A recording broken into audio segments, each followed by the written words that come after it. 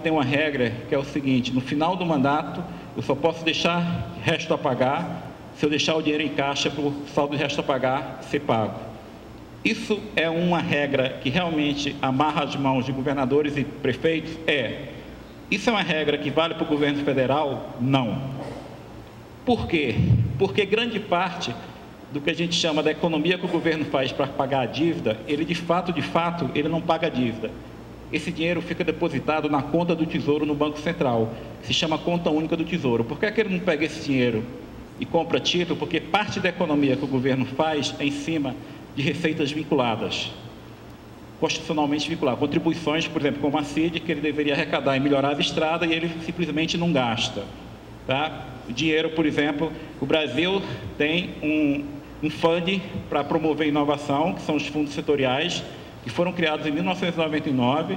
O fundo anual dessa fonte de recurso para promover inovação, a gente está falando em algo como 3,5 bi. Menos da metade é gasto todos os anos. E isso é um absurdo. A gente está falando de uma economia que não está gastando 3,5 bi para promover inovação. Você não gasta nem metade dos fundos setoriais. Então, essas receitas vinculadas, elas engordam a conta única do Tesouro. E qual é o efeito adverso disso? O efeito adverso disso é que o governo pode trabalhar à vontade com o resto a pagar. E qual é o problema disso? O problema disso são pelo menos dois.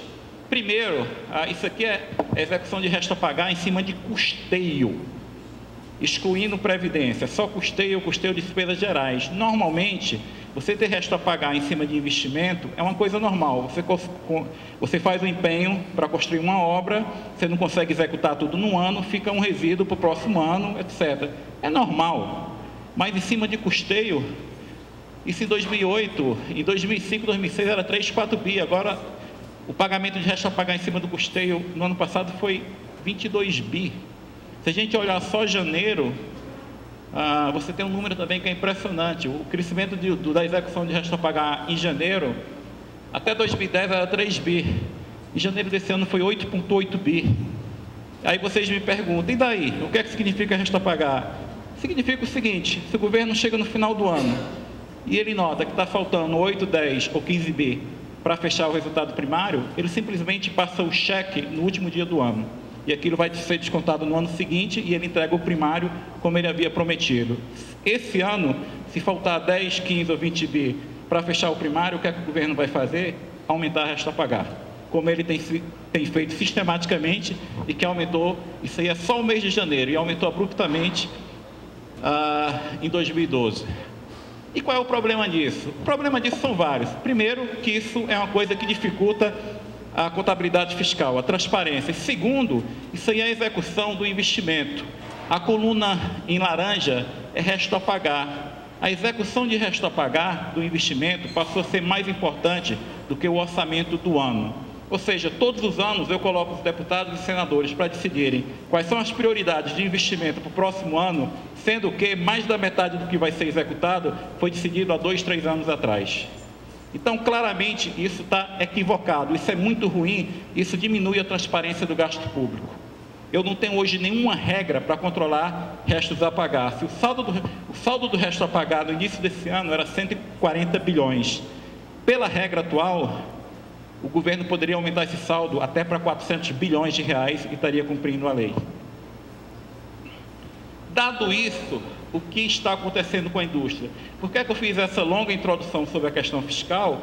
Porque se o governo tivesse com folga fiscal, eu simplesmente poderia desonerar a indústria, diminuir a carga tributária. Se eu tivesse folga fiscal, eu poderia aumentar o investimento público em portos, em rodovias, que iam diminuir o custo do Brasil, iria ajudar a indústria. Como eu não tenho uma folga fiscal, qual é o instrumento que o governo tem? Medidas ineficazes, porque mesmo a desoneração, que é parcial, ela é temporária, ela acaba em 2014, e nenhum empresário é maluco de tomar decisão de investimento olhando apenas para 2 anos. Ele olha para 10, 15, 20 anos. Segundo, como eu não tenho folga fiscal, as desonerações são muito pequenas. Por exemplo, o impacto das medidas que foram tomadas há 2 semanas atrás, a redução de carga tributária, a perda de receita para o governo vai ser 0,1 do PIB. A arrecadação federal aumentou no ano passado 1,5% do PIB. Ou seja, eu tirei do setor privado 1,5% do PIB e estou dando de volta 0,1% do PIB. Isso vai resolver o problema? Não vai. O que é que está acontecendo com a indústria? A gente tem que ter cuidado nessas análises e separar o que aconteceu até 2008 com o que está acontecendo depois de 2008 e o que vai acontecer. Primeiro, a indústria, ela perde participação no PIB desde os anos 70, não só no Brasil, como em vários países do mundo. Então, se eu fizer a comparação com os anos 70, eu tenho que ter muito cuidado, vou explicar por quê. É um movimento que ocorre em vários países do mundo, mas no caso do Brasil, o que preocupa não é o que ficou para trás, é o que vem para frente. Quando eu olho para os próximos 3, 4, 5, 6 anos, é uma situação desesperadora, e a gente vai entender por quê. Primeiro, isso aí é a participação da indústria no PIB. Por que é que a gente tem que ter cuidado com isso? Isso aí é preços correntes. Quando eu olho a preços correntes, a indústria no Brasil chegou a ser 36% do PIB e agora caiu para 14,6%. Mas esse dado, preços correntes, não faz muito sentido. Por quê? Por dois motivos. Primeiro, os produtos manufaturados do mundo todo, como no Brasil, ficaram mais baratos. Você teve muita inovação. Segundo, parte do que era classificado como indústria lá atrás, hoje é classificado como serviços. Por exemplo, a Rolls-Royce, que faz turbina de avião, ela não vende mais turbina de avião. Ela só vende horas de voo.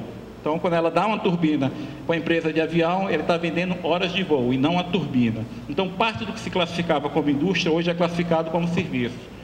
Se a gente corrige e faz o dado um pouco mais cuidadoso, a preço constante, ou seja, eu pego o preço de um determinado ano, multiplico pela quantidade e vejo qual foi a queda da participação da indústria no PIB, de fato, o Brasil perdeu participação da indústria, que chegou a 23% do PIB, ali na média 74, 76, e hoje está em torno de 16% do PIB.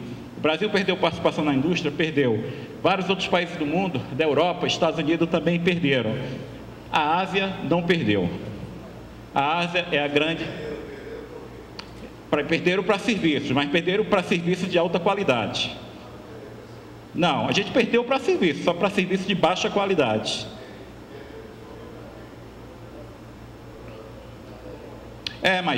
Mas muito mais para serviço. O emprego que mais cresce no Brasil é serviço, só que serviços de baixíssima produtividade. Então, isso pode levar com que o país cresça muito menos.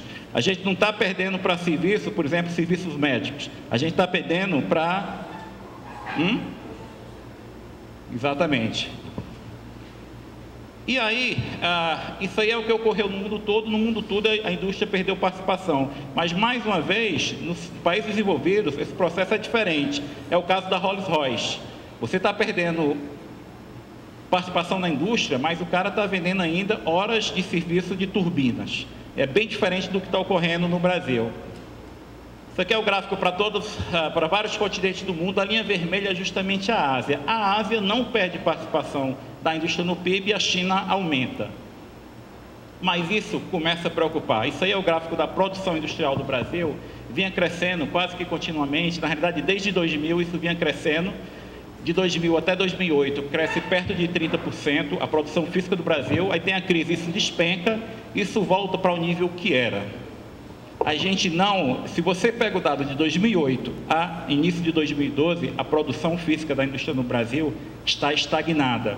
Nos últimos 3 anos, a gente correu para voltar ao que a gente era em 2008. Aí você olha para frente e pergunta, agora isso vai melhorar? Não, isso vai piorar. Isso não tem como melhorar. Com as medidas que estão aí, com a carga tributária que o Brasil tem, com baixo nível de investimento, isso não tem como melhorar. O fator ainda, quer dizer, que pelo menos a gente teve uma vantagem em relação à Europa. A Europa perdeu participação da indústria no PIB e o desemprego aumentou. O Brasil, o desemprego está caindo. Por quê?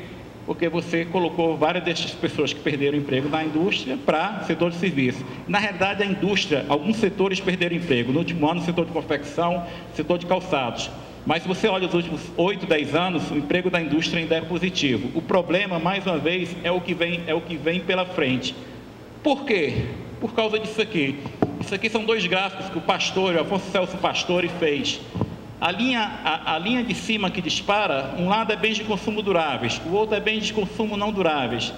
E aquela linha verde, no primeiro gráfico, essa linha mais escura no segundo, é o aumento de importação. O aumento, a quantidade de produtos manufaturados e importados de 2008 até agora aumentou 200%. A tendência é isso diminuir? Não, a tendência é isso continuar aumentando. Por quê? Porque os produtos manufaturados lá fora são muito mais baratos que os produtos manufaturados aqui. Aqui, é bom a gente lembrar o seguinte: a inflação de serviços no Brasil, ela está girando em torno de 8, 9% ao ano. Se eu sou um comerciante, se eu sou um dono de restaurante, esse aumento de custo eu repasso para o preço do meu produto. Porque você não pode importar um restaurante de Nova York para ir jantar fora. Mas se eu sou indústria, se eu sou um produtor, se eu sou dono de uma indústria, eu não consigo repassar isso para o meu preço. Por quê? Porque você pode importar o produto. Então, claramente, quem está sentindo o efeito do aumento de custo da inflação de serviços no Brasil é a indústria. E isso vai piorar. Por quê? Porque o mercado de trabalho está muito aquecido. Se você olha isso aqui é um gráfico da ABIMAQ, isso aí é a balança comercial da indústria de transformação. Até 2008, a balança comercial da indústria de transformação era positiva. A partir de 2008, você tem uma reversão, ela fica negativa, ali o número é 42 ou 47. 42,8 bilhões de saldo negativo. A tendência desse déficit da indústria de transformação, novamente, é aumentar. Se a gente olha, a mesma ABIMAQ fez uma comparação. Ela quis comparar o seguinte: o quanto é mais caro produzir no Brasil em relação... Não vamos comparar com a China, porque seria covardia, que a China os custos são muito menores. Mas vamos comparar com a Alemanha. Você pegando o custo de produção de manufatura no Brasil, comparando com a Alemanha, o custo de se produzir aqui no Brasil, comparando com a Alemanha, é mais ou menos 42, 43, em torno de 43% maior, comparado com a Alemanha. E por quê? Qual é o problema que se tem no Brasil? O custo dos insumos básicos são muito caros. Insumos básicos tem, por exemplo, o preço do gás é muito caro, o preço da energia é muito caro, o preço dos serviços são muito caros. Então isso está matando realmente a indústria. E aí você tem um problema, tem um exemplo muito bom, que é o caso do aço. O Brasil é um grande produtor de aço no mundo. Só que o aço aqui, que é a linha azul, de 2004 a 2011, o preço do aço no Brasil aumentou 75%. O preço do aço importado aumentou 38%. Então hoje é muito melhor eu mandar o minério de ferro lá para fora e importar o aço, porque se eu comprar o aço aqui, vou ter um aumento de preço brutal. Isso claramente está errado. Isso é problema tributário. Isso é claramente um problema que você não está conseguindo desonerar a cadeia, você não está conseguindo dar competitividade igual para o produtor de aço aqui. Porque imposto, quando você tem um sistema tributário que é bem organizado, imposto não se exporta imposto. E aqui no Brasil, todos os anos, você tem aquela briga para conseguir compensação de alguns impostos que os estados perdem, como por exemplo da Lei Candir, que o senador aqui tanto briga.